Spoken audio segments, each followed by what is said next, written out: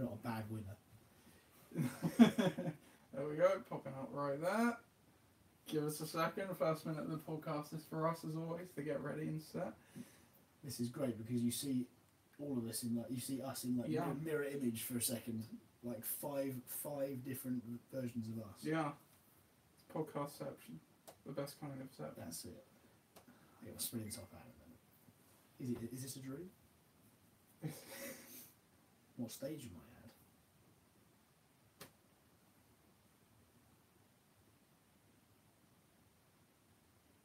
Ready? Are we ready? There we go. Cool. Yeah, we're practically in the screen as well. Cool. Perfect. Hello and welcome to the LSC report. It has been a while, over a month in fact, since our last podcast, and about a month, pretty much, not far off to the day of the Corona Bowl. Corona Bowl 9 itself. How can you forget? How can you forget? And between then, a lot has happened. We've entered an entire new year, crowned a new champion. I can't think of anything else that's happened. No, really. nothing really happened. It's rained a lot. It's rained a lot. It has rained a lot. Yeah. It's been very cold. And if you're looking, and you're watching this in the US, it's been very snowy, very cold. Yeah, that's true. Also, yeah. And, but other than that, there's apart from any sort of weather-related gap. No. Yeah.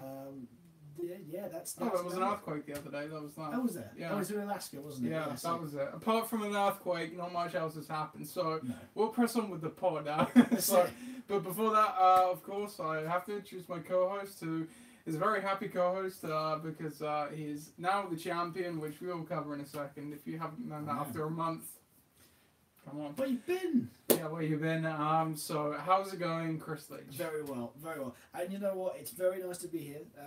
It's very nice to call myself the champion and be called the champion. Yeah. And it's something I never thought would happen, as I said on the day. And yes, I shall revel in it for the next 6 months until You've got until the next champion. Well, I guess. And if you win again, you get it for another year. That is possible. That is entirely possible. Yeah. And probably, I would say, not probable. But you never know.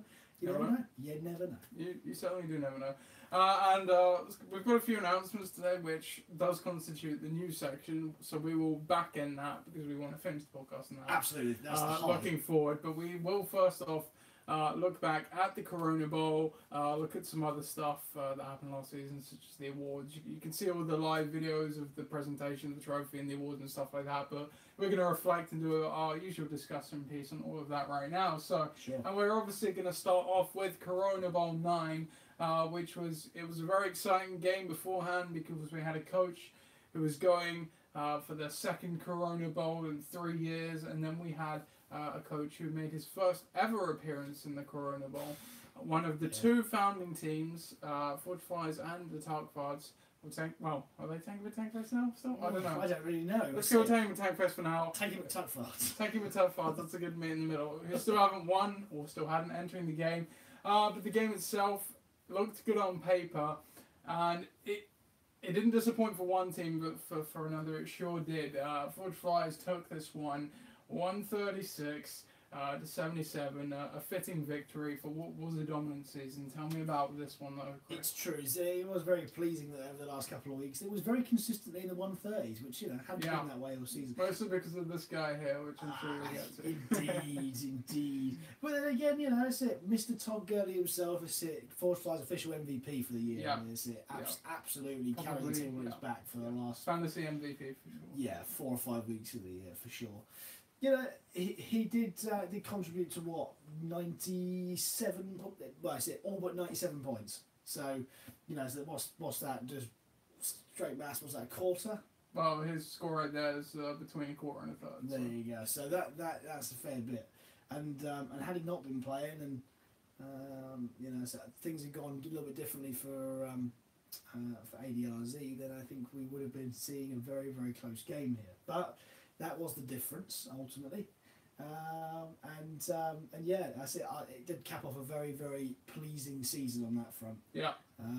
But then again, there was also a few kind of shot in the dark gamble spots that have been bought for the last couple of games. Yeah, Bordeaux's a heroic pickup, and to be fair, we know in hindsight now the last 7 games the Jags have played in real life the offense has been not firing on all cylinders pretty much in all those, and Bortles was actually part of that. Yeah. So good job hitting stride and being brave enough to do it right there. That's just a championship play right there. Yeah, that's it. And I mean, yeah, I'm glad it paid off. I mean, yeah, although it was a pretty interesting game, that last one against the Niners, and you see the Jags D, who were dominant all year, did get destroyed by Jimmy G in the Niners that day. But that didn't matter too much.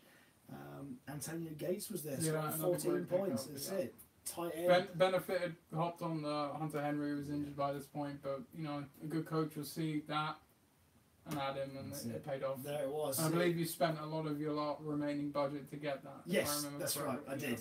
I managed to pick up 2 tight ends, and Gates was one of them. So I'm really pleased that that worked out. Larry Fitzgerald's been a wide receiver 1 all year. Obviously, not showing any sort of age. McCoy's been a steady ship.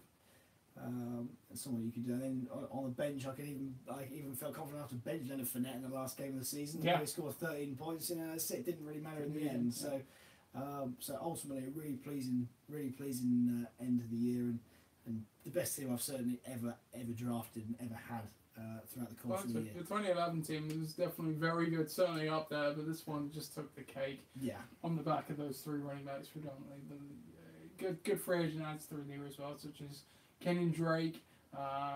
Fitzgerald was another good pickup, and Blake Bortles, as we already said. But on the other side is what interests me here. Now, yes. As ADLZ coach Nigel Wells, he can't be beating himself up too much because given the points you did score, there was no way for him to win this game. However, 77 points in a title game is always a tough pill to swallow. Absolutely. And, there was some very questionable decisions which sort of made it look a lot worse than it should have been, really. But ultimately, I don't want to be too harsh on Ike. He's only got himself to blame for that. When you play when you bench AJ Green for a guy like Robert Woods, who I believe at the time was coming back off of an injury, Giovanni Bernard, I can't remember if Joe Mixon was back then or not. He was still, I think, a little bit banged up. Yeah, but he was still banged up. And then you've got guys like Isaiah Crowell and Jonathan Stewart, who just weren't exciting, and Bernard had put up some good numbers, especially in the weeks that Mixon was out. Yeah. Eric Ebron at tight end, I can't really drill too much into that one, especially when he has Rob Gronkowski, so we'll skim over that. So like I said, there's not anything there that's going to win this game, not even close, but it was just a few questionable plays. It's still a great season for ADLZ, again, especially after how they started spending all the budget. And only keeping, I think, one of those guys the whole year long, and he was an average player at best for most of that time. Obviously, inheriting a team that he did not draft as well. But he handed the trophy to you, so to speak, and now, as such, I get to hand you. There it is. The Corona for the Corona Bowl winner. Corona Congratulations! Bowl. Look at this. This is a very good New Year's present. So that's it. Feliz Navidad. Yeah. Well, that's Merry Christmas, but there you go. That's late to me. Strange, I did buy that in January. So. That's it. There you go. That is something that I can have. Exactly. Brilliant. Thank you very much. So that's our review of the Corona Bowl. You're welcome. And for those who paid their subs, they hope you enjoy it as well. Oh, thank you, people who paid their subs, which I don't know how many of them there were, but thank you. Yeah. So I just thought, after looking at that, like I said, this is going to be a long podcast, but I thought we'd take a look back at the season. Well, obviously, in our summer podcasting, do more in-depth look backs at the season and such, but for now, I thought it was just an interesting time just to ponder and look back at the teams a bit. So, again, these are all on the Facebook group. You can get the links there to these. This is like all the stats that I keep track of. This is the year-by-year statistics right here, and I just scanning through it, it's quite interesting how consistent some coaches are. So if we look at ADLZ, so they've had a winning season 3 years in a row right now, for example. Ben Assessi, 3 and 6 years in a row. How consistent is that? Yeah, you look at it, you don't really notice it when you go through the site and look at it another way, but when it's painted like this, and this is my job, so this is good that I'm on this, basically. Yeah. You see these kind of trends. So Ben Assessi, they've had 3 winning seasons in a row. But Knicks haven't had 3 winning seasons since 2014. They've gone 7-7, 5-9, 6-8. It just highlights some interesting trends. Ford Flyers here. We already know this is your first winning season since 2013. Yep. Getting out of the depths, and you've got the same amount of wins in the regular season at least as you did over the past 3 years this year. And What obviously we is know that? you beat that now because you got 2 more in the playoffs. So. That's why it felt so alien. Gridiron Gang, we see here, it's a similar story, 2013, 2012 with the bad years, but since then they've been a model of consistency. One blip here in 2015 where they went 6-8. I had the high scoring team, of course. Ixan, 8-6 4 years in a row, 9-5 the year before that. Playoff and But championship team. here's the really interesting thing: such consistency because they've only ever been plus or minus 2 away from 7-7 in each year. So they've either been 6-8, 7-7, 8-6, or 1 year they were 9-5. Wow. It's really consistent. Wow, those spreadsheets work. Yeah. It's pretty crazy, isn't it? So I just thought this was some interesting stuff to look at. We have the Dream Team here, who they had 3 winning years in a row, but then they dropped to 4-10. The Tugfards haven't had a winning season since 2014, 6-8 and 2-5 Keepers and 9 years. See, that was ever so consistent though, those 2 years. Yeah. But it showed that keepers did keep a hierarchy going. I mean, you see the trend there. Yeah. I think. Tom's Tyrants, so obviously they haven't had a winning season since 2014 when they won either 7-7, 6-8, 5-9 in the last few years. Castro Gold here, there's not much to show. It's a mirror image, look, it's 8-6 and 6-8. Yeah. That's it, there you go. Just put it right down the middle. Slap bang at 500. Yeah. Brady Bunch, they started off their career 6-7-1, 6-8, retired for a few years, came back 6-8, 7-7. Last year was their worst year, 4-10. And then we've got Pakistan, who again relatively new, 5-9 the first year and 9-5 both of the last 2 years. So showing some Looking consistency consistent. as well. So I just thought it was interesting to have a little look at that. You can answer that if you need to. No, we're all good. That's it. Okay, I'll answer that in a minute. Yeah, it's not going to be a long point. And then, that was just statisticky stuff, so I just thought it was interesting to look at. Not many discussion points, but we do have some discussion points here because we had the award ceremony, which you can go back in the video and look at.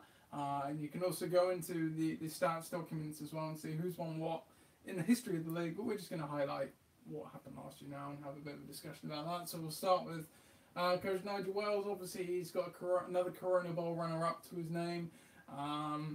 He's now set the record for appearances in the Corona Bowl, by the way, at 3. So congratulations. Well, that's good. Yeah. We'll see another playoff performance, marking his fourth in 5 years. What else we got?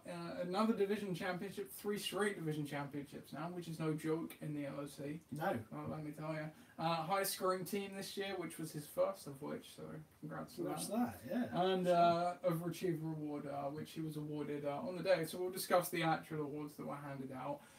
And at the time, this was for basically going the whole season without any waiver budget and having to navigate through that, which isn't easy. No. Because if you think, okay, in our reverse order of standings, at least sometimes you're going to have a relatively decent one. Think of it having as 12 all season long, regardless of your record, is basically what Nige had this season. Yes, I still managed to cobble together a fairly... Yeah, what do you think of the Overachiever Award for Nige? I think that's probably right. I mean, to be quite honest with you, he did inherit a fairly decent team to start with. And I think that there were a few key players in there. You think of Hopkins, Wilson, Gronkowski. Yep. But then again, some smart players like Smith-Schuster, that was all him. That was a free agent pickup and the money spent. That's it. He could never improve his running back, which was probably the Achilles heel of the team anyway. But so even towards the end of the season, Bernard was on the free agency. You see, like Buck Allen was on the free agency. Guys like that who did make a difference over the course of the year. But yeah, I mean, don't get me wrong, it was still based around some pretty decent talent. Yeah, absolutely. Coach Stubbs Senior, he won his second comeback award, which I think is warranted. Which is warranted. So I'll let you give the spin, but I'll put the setup. So starting out the season, he was flying. I think he went 4-1 or something. Then lost 5 on the trot when Rodgers went down and the rest of the Packers backfield decided to hop on the injured bandwagon. But then after that, it looked like a terrible year. We were talking about this team losing the toilet bowl at one point in time. Yes. But then they finished 8-6, nearly got a playoff berth as well. So it was quite the turnaround. So tell me about. Well, I think that's right. That to have you almost half your team derailed at a major part of the season, week 6, week 7. it's difficult to come back from. But you know, some interesting pickups as we saw on the waivers. Again, this isn't just this isn't a 1 year thing. This is every year thing. Let's be honest. So you know, we expect to see that from this team, and I think that to finish with a winning record from the position that they were in does constitute an award. Yeah. They were very close to making the playoffs as well. Yeah, mathematically was still possible in the last couple of weeks. Yeah, well, but the last week I think there was a chance. Didn't obviously pan out that way, but there was a chance. Yeah. The next one we have then was Coach Gardner, who won the Luck Award. And, well, I think it's fair to say that's probably right. Yeah. Lowest scoring team. Starting the season, over the course of the season, I believe they only topped 90 points 4 times, maybe 5. Yeah, they started the season with a substantial winning record at one point. It wasn't until the second half of that all came undone and it balanced out. But That's right. you know, they were quite lucky to get out ahead, I think. To come back to 6 and 8, absolutely. Yeah. It's the thing. People continue leaving me voicemails. This is what we get with live podcasts. It's what you have to put up with. That's right. Reviewer. It's just So the next, it's okay. The next one we have myself making my 4th playoff appearance, my first since 2011. There's a dog arriving. Hello, dog.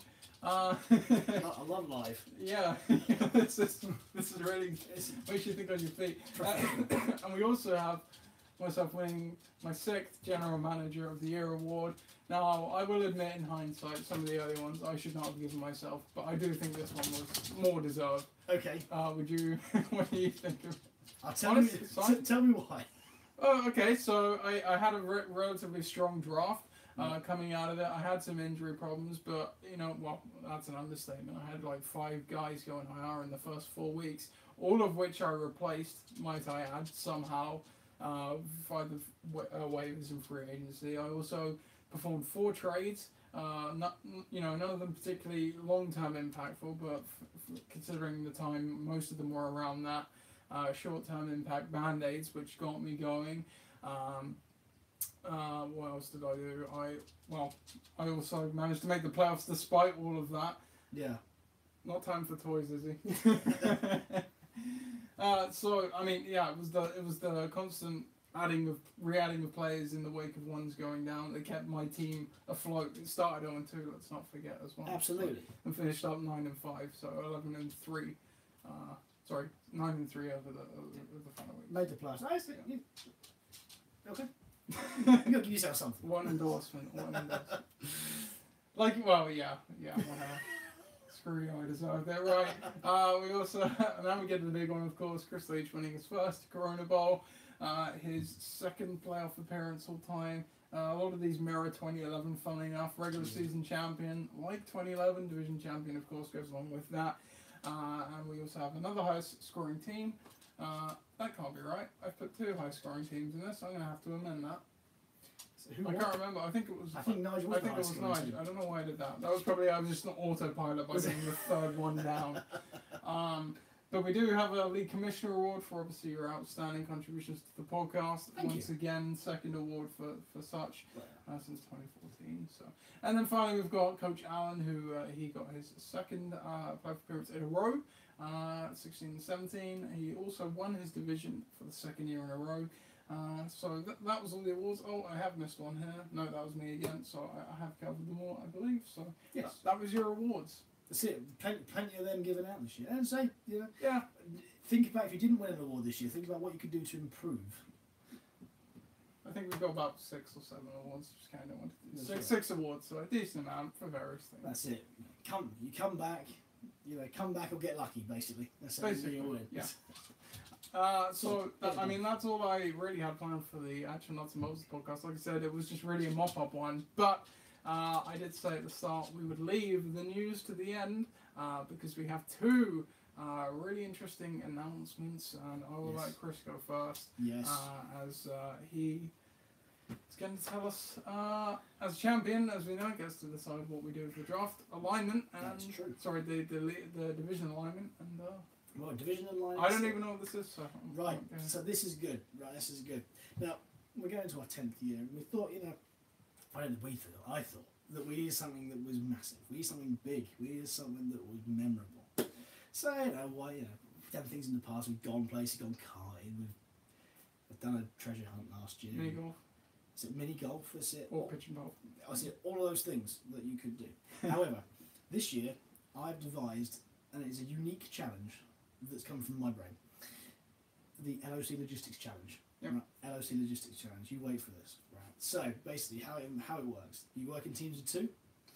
You've got to go to several places, or you could go to many, or you can go to one place. But they all score points, and they're landmarks, places of interest around the South Central region.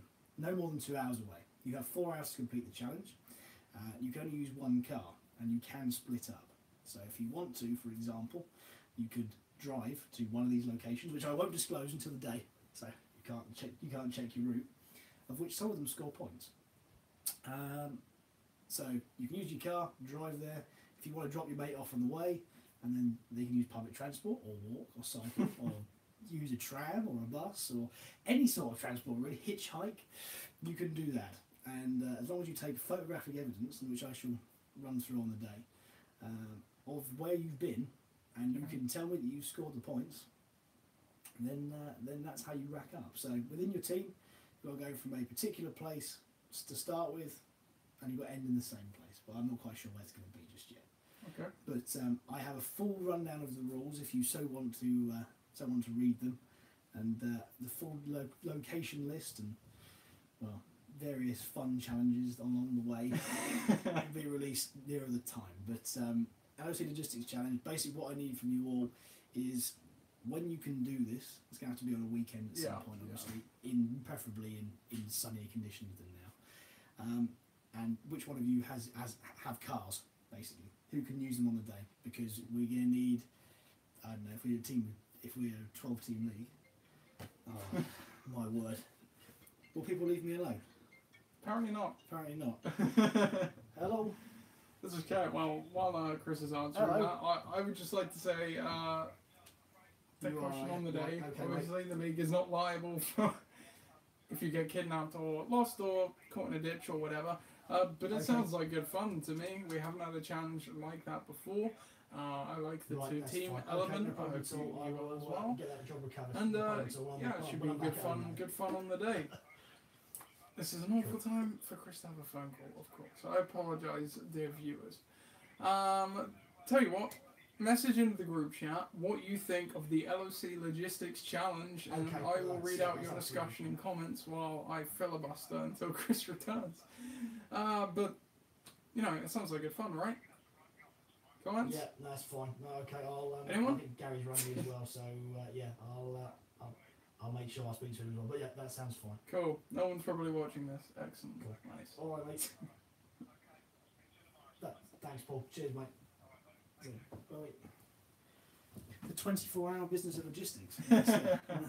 Will be applied to the Logistics Challenge. Well, that's it. Thankfully, only 4 hours of the 24 will be involved in that. Yeah. But yes, that's it. So it is going to be. No, it sounds good. It's going to be fun. But yeah, so basically, we need people who. Anyone who's got a car, just message in, and then we'll pair everybody up based on who's got a car and who hasn't. So y'all will, hopefully enjoy the day. Which is what we're looking for. Yeah, absolutely. Phil says it sounds interesting, so it does sound like good fun. It does. That's it. We'll be interested to see what more info comes out as well, of course. So we get the message on Absolutely. here. Yeah, one of us is going to get lost. Well, that's probably a good bet. That's true. But don't forget, you're in a team of 2, so if somebody gets lost, then, you know. Yeah, so is there it's on them too. But you can split up, of course. Is there penalty points if you're both not back at the place at the designated time? Yes, there is. Okay. That's it. Finally, you said it. I have the full rundown of rules. Okay. I'll tell you what I'll do. I'll put the full rundown of Yeah, rules we'll get that posted. on the LOC Facebook page. I'll do that. Cool, good stuff. So there you go. That's the division aligning event for 2018. As Chris said, we will define a date. Maybe I'll put up a post in the group. We'll probably aim to do it we usually do them from June to August at some time in that span. But it's helpful because we don't usually get the event sorted this early. No. So the fact that we have makes it a lot easier to plan from a league point of view. Absolutely. And so, if there's any particular days in the kind of, as Nate says, the kind of, I suppose, late May to late August sort of time, then just please put them down so we can just discard them, so we don't all That's what we did with the draft. That's usually the best. Absolutely. Or whatever it was, yeah. Yeah, so we'll put it down. So if you're watching this, do that. If not, I'll post it after this. And yeah, just say reply to that. Good stuff. Cool. One announcement done. It's going to be good. I hope the next one is as good, and I have a little jaunt to go along with my announcement. Oh dear. So here we go. Hopefully you all can hear it. Hopefully.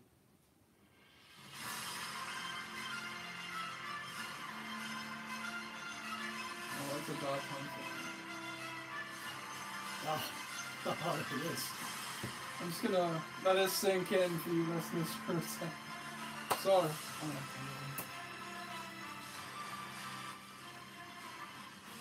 Of course. Yeah, so this is something I've actually been planning for at least a couple of seasons now. LSC Hall of Fame. I thought to mark our 10th season all together, we needed to do something special. And, you know, some of us can only be so fortunate to win the Corona Bowl. It's true. Some of us have great seasons, have great moments and whatnot. I thought, what a great idea it would be. After the 10th season, we've built up enough history at this point. Yeah. To launch the LOC Hall of Fame. Now, how the LOC Hall of Fame is going to work is basically each year you will submit, each team will submit a moment from their history, whether that's a game, a stretch of games, a season, a stretch of seasons, a draft, a free agency, whatever you want, just a moment from your history that you think is Hall of Fame worthy by the AGM. At the AGM, we will announce all of them, and I will give a bit of background on all of them, so it's all kept in concert. After which, I will write up articles for each of the chosen by each team, each of the chosen moment in history, and the competition committee will whittle that down to 5 by August or something. At which point, everyone will then vote on which event they think should go into the LOC Hall of Fame. Very good. Very good. Alongside of that, we will also, the competition committee each year can also choose to elect someone to the Hall of Fame based on their off the field, so to speak, merit. So, for example, contribution to the podcast, commissioner, whatever, basically. Yeah. Alongside of that.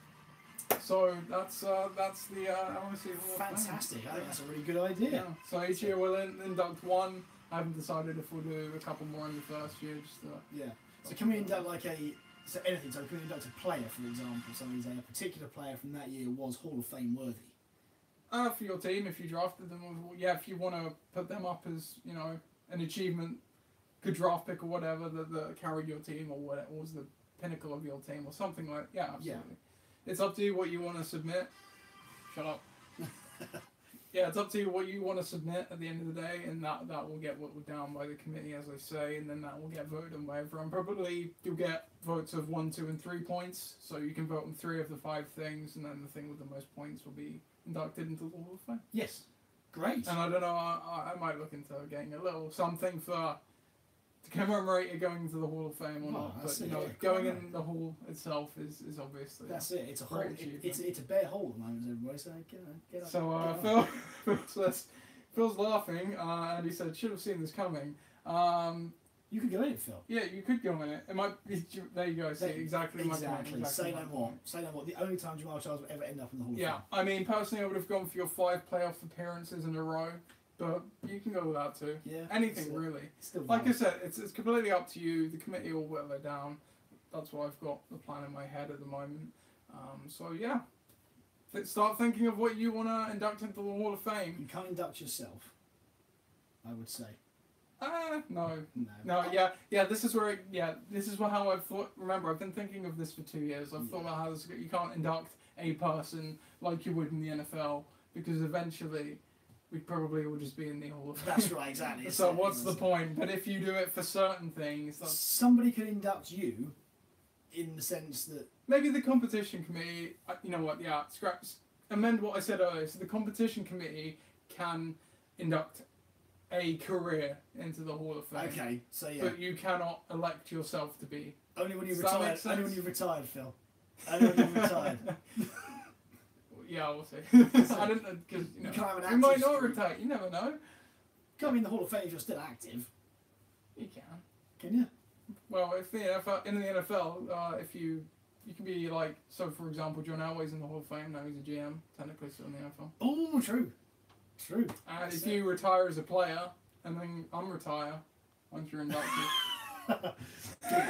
Yeah, good try. Push them over the edge. Yeah. No, that's not going to impact it, Phil, so don't even try. No, but that is the good compromise. So the competition committee can elect individuals to the Hall of Fame, but for your own nomination of whatever you want, that has to be a specific thing. A season game, stretch of games, whatever, player, anything Cool. around your team. Great. Well, that's That's the Hall of Fame. get thinking, people. Yeah, like I said, so start thinking. Deadline to let me know what you want to nominate for your team is the AGM, which will be May, early Mayish. Yeah. So yeah. Awesome. Yeah. That sounds great. And that's all we've got, and that's will officially be the last podcast of the 2017 season. Indeed. And we'll be back in like late June. April. AGM recap. Before that, because we have the draft lottery reveal. Oh yes, which do. we will be here back in late April, May, depending whenever the draft is. So, hi Betfred. So yeah, we'll be back about then. Until then, we're obviously gonna have a few months off to just chill out. And Well, yeah, that's it. then after that, yeah, as you said, we'll have the AGM recap, and then we'll probably take a bit of a hiatus, and then we'll start up the pod again as we usually do in July kind of time. And then you'll have us all through July to Christmas again, which is, that's it, exactly what everyone Yeah, screens exactly. every Wednesday or Thursday We've evening. got this down to a T now, being our third or fourth season doing this. Yeah, that's it. And of course, if you're around and you want to come onto the podcast, then that's not a problem, So we always appreciate a second or even third opinion. Yeah. So, if that's what you want to do, then come on next year and see if you can talk the talk as much as you can walk the walk, because it does help. It does help, especially when some of us have people phoning them constantly. Well, My fault if you're that's right. true.